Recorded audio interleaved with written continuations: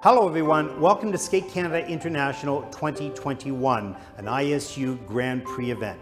I'm your host Ted Barton, and I would like to take just a few moments to recognize that we are broadcasting live from the ancestral and territorial lands of the Musqueam, Squamish, and Tsleil-Waututh nations. We thank them for this beautiful land in which we live, work, and skate. Now, in just a little while, we will be going out to University of British Columbia and the Doug Mitchell Arena for the Pair Short program. But before we do, I would like to introduce to you the new broadcast team here we have at Skate Canada that will take us through this season. It's quite extraordinary as they bring 10 Olympic medals and 6 world titles along with them for this broadcast. Now, they'll be covering their own event, of course, but also telling us their stories of their challenges throughout their career. We hope to inspire a new generation of young Canadian skaters and, of course, help to educate our viewer as well. It's quite an amazing team, and I'm quite sure you will really enjoy their input. So let's meet them right now as we go out to Oakville, Ontario, and our first commentator, 7-time national champion, 2-time world champion, Megan Duhamel. Megan, thank you so much for joining us and joining this team. Tell us a little bit about your life right now. Hi, Ted. Thanks for having me. I have a newly turned 2-year-old daughter who's keeping me very busy with her gymnastics, her swimming lessons, and her regular asking to go skating. Zoe skating, Zoe skating. So that'll just be a matter of time as well. I've also been coaching and running some workshops with Skate Ontario, as well as running some off-ice training programs for skaters in and around the area that I live in. I also followed you across the world on the Junior Grand Prix circuit. Oh my gosh, well you have time to hit home, that's for sure. And I'm sure that as Zoe puts the skates on, and if Zoe ever does compete, that the nerves that you felt at Olympic Games will be small compared to the nerves that you'll have watching your daughter skate, that's for sure. So listen, Megan, tell us a little bit about the pair event that you saw at Skate America and what we can expect here in Vancouver. Yeah, well, what an exciting start to the Grand Prix circuit and to the Olympic season last week at Skate America in Las Vegas. Winning the pairs event was Tarasova and Morozov, the Russian pair team. They finished 4th at the Olympics in Pyeongchang. This year, in my opinion, they have 2 of their best programs, 2 of the best material that they've put together. So I think that they have some winning programs. They just need to fine tune their technical elements, and they will be in that mix for gold come Beijing. Finishing a surprise second was the Japanese team, Riku and Ryuichi, who've really been on the rise since winning Skate America. They have such an exciting energy, and they've been really consistent this season as they've climbed the standings. We also saw world bronze medalist Boykova and Kozlovsky struggle just a little bit at the beginning of their season. So they have some work to do when they get back home to prepare for the rest of their Grand Prix circuit. Coming up this week at Skate Canada, headlining the pairs event will be Olympic silver medalist Shui and Han from China. They haven't competed very much in the last 2 years. We saw them win the silver medal at Worlds last year, and they are like dripping in charisma. What an exciting, well-packaged, amazing pair team this is. And they weren't happy with that silver medal in Pyeongchang. So they definitely want the gold at home in China. And we're also going to see an exciting performance from the Russian pair team, Daria and Dennis, that are competing. And they have, in my opinion, the best pairs short program in the world this year. I saw them compete at a Russia Cup event a couple of weeks ago, and they have more transitions in that short program than the whole pairs field will have. It's so exciting. And then we have a battle within the Canadian pair teams. to decide, who's going to be the leading Canadian pair going into the Olympics in Beijing between Kirsten Moore-Towers, Michael Marinero, and the new pair team of Eric Radford and Vanessa James. Well, what a great wrap-up of Skate America and a look towards Skate Canada here. And coming up in just a little while, the Paris Short program. I'll be joining you for that. And Megan, thank you so much for joining our team. I look forward to the coverage in just a little while with the short program. Thank you. Thank you.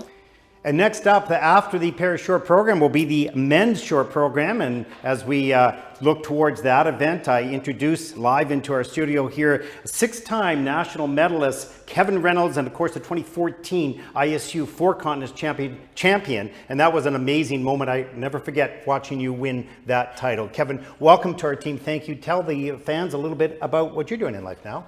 Well, I'm coaching full-time at the Champs International Skating Center, British Columbia, where I focus on jump and spin technique. And on the side, I've been volunteering as a skating official, learning the ropes on the technical panel and helping to officiate local and provincial competitions. Besides the skating world, I've been also taking a master's degree at the University of Birmingham, studying public administration, hopefully for a future career in municipal politics. Been volunteering with a local political party as well, elected to the board of directors of the Green Party of Vancouver. So maybe I'm talking to a future Prime Minister of Canada. I don't know. This could be something great. What got you interested in politics? I would to do something with the local community and help make a difference beyond just complaining about issues online and things like that. So I thought I would get involved at the municipal level because that's the level that tends to be most ignored by younger people like myself. So doing what I can right now. It's a small role, but slowly starting to learn the ropes there as well and build my way up. Great background. Look forward to following you in your political career. Now also set up the Skate America, what you saw last week and what we can expect here in Vancouver. Well, we saw some incredible performances from Vincent Zhao, just continuing the form he set at the Nebelhorn Trophy earlier this year where he came off with a win. Flawless in both programs, 5 quads in the free program. Looked like he stepped up his game this season. He had some troubles at the World Championships last time out, but he looks like he's setting himself up for potential medal contention at the Beijing Olympic Winter Games, I meant to say. Beyond that, Shoma Uno also had some strong performances there as well, just edging out Nathan Chen for the bronze medal there. I was very surprised at how Nathan started the season.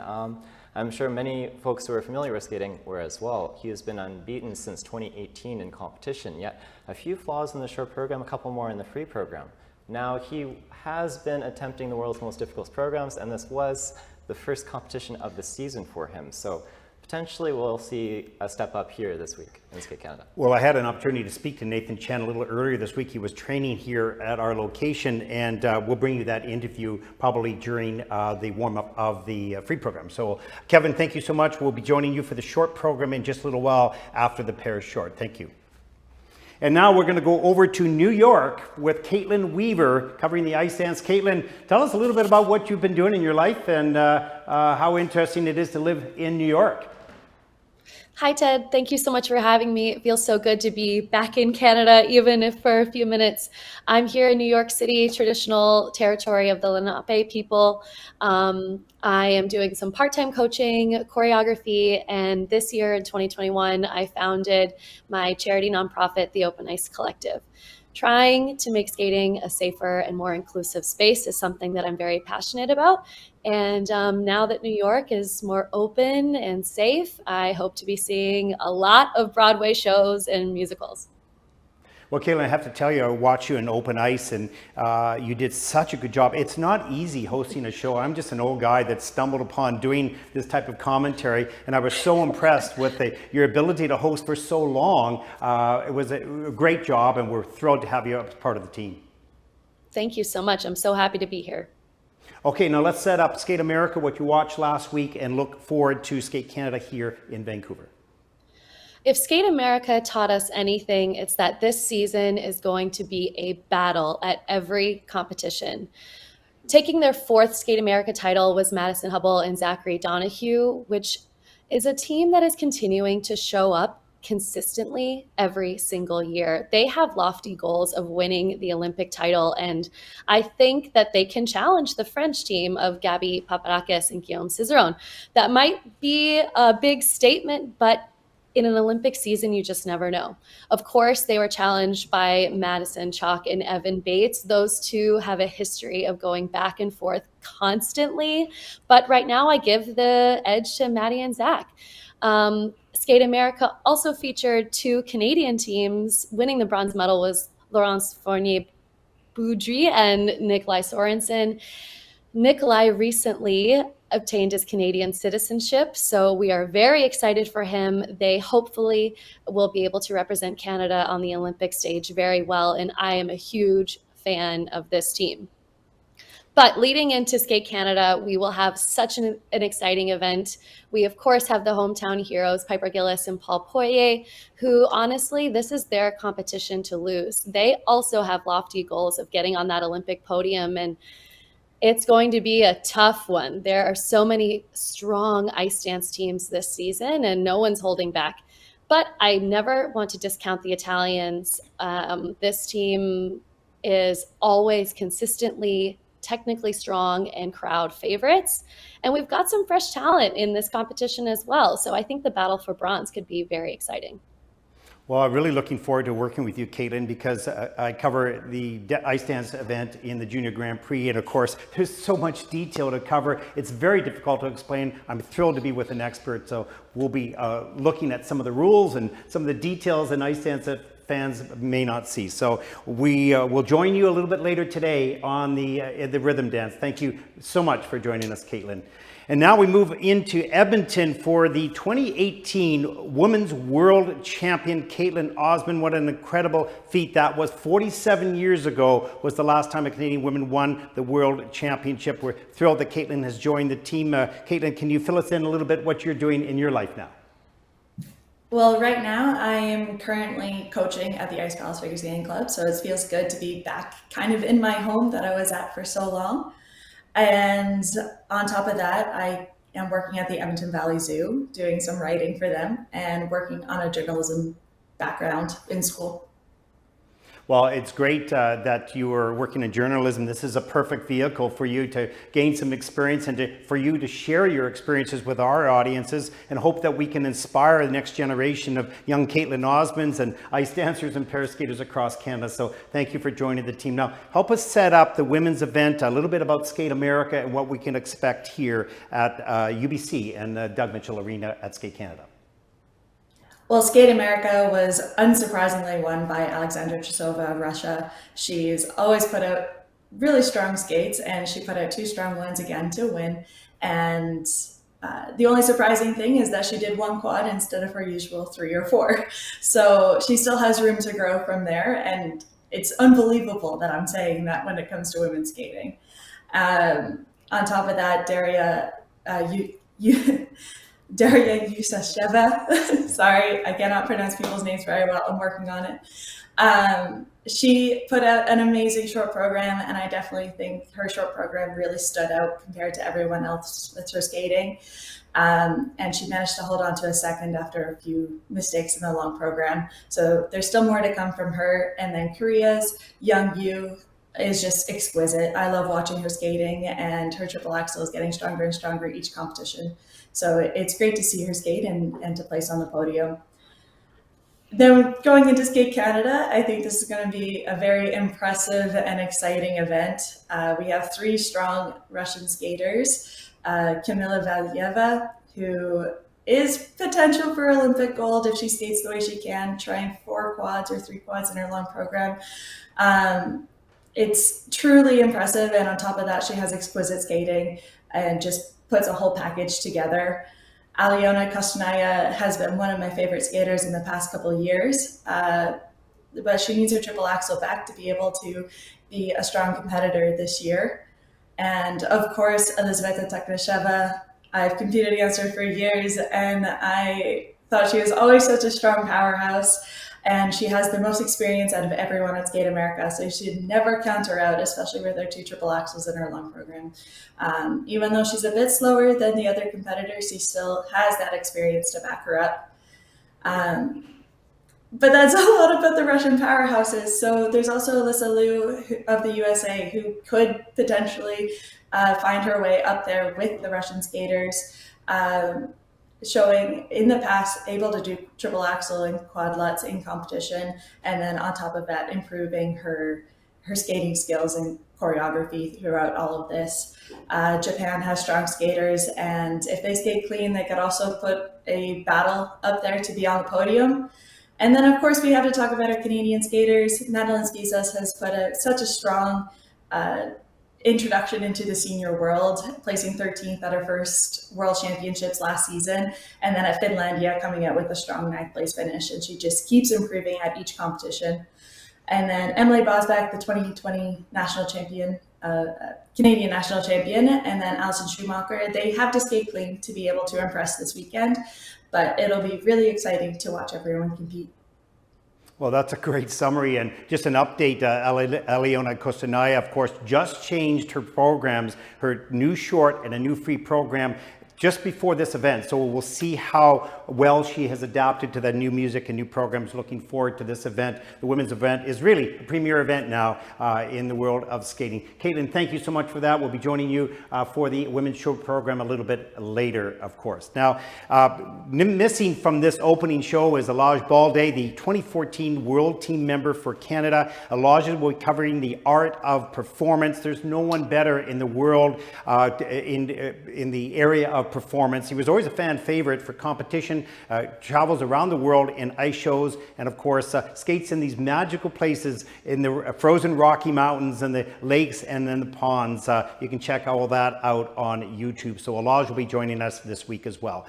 And now we move to our final commentator, Patrick Chan, 10-time national champion, 3-time world champion, and he will be covering the art of skating amongst all the other events as well. Patrick, welcome to our show, and thank you for joining our team. Tell us a little bit, you're a new dad. Tell us a little bit about that experience.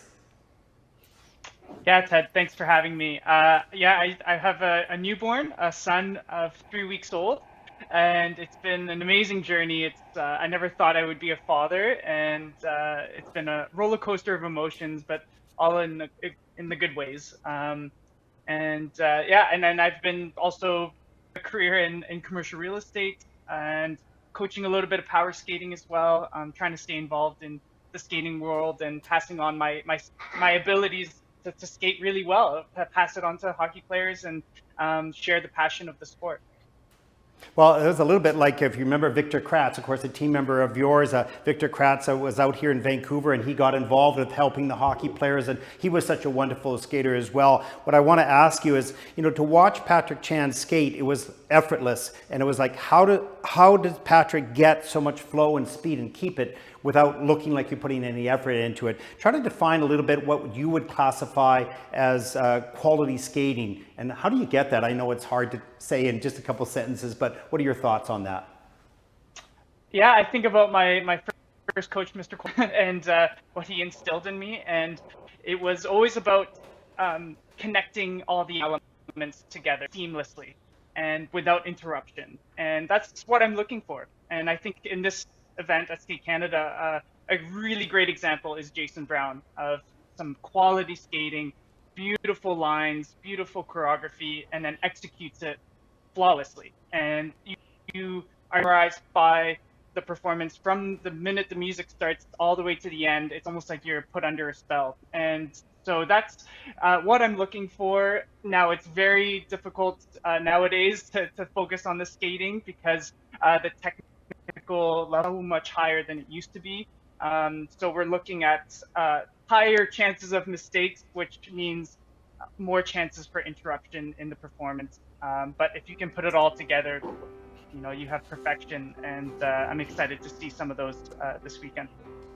Well, Patrick, we're thrilled to have you on this team. You're going to be broadcasting live from Doug Mitchell Arena with us, so we're thrilled to have you throughout this weekend and learn a little bit more about skating skills and talk about that a lot, not only in men's but in women's and dance and pairs as well. So, Patrick, thank you for joining us. Well, that was a look at our new broadcast team here at Skate Canada. We are absolutely thrilled to have these people on board, and we feel it's very important not just to to cover an event such as Skate Canada International, but we want to bring the stories and some ideas to help our next generation of young skaters. So we're thrilled to have them, and you will be able to contact us by email and by text. We'll put that up a little bit later on the screen during the next 2 days. So that's it from our studio here in Burnaby. We will be covering the Pairs short program in just a few moments, and stay with us as we go out to the Doug Mitchell Arena at UBC.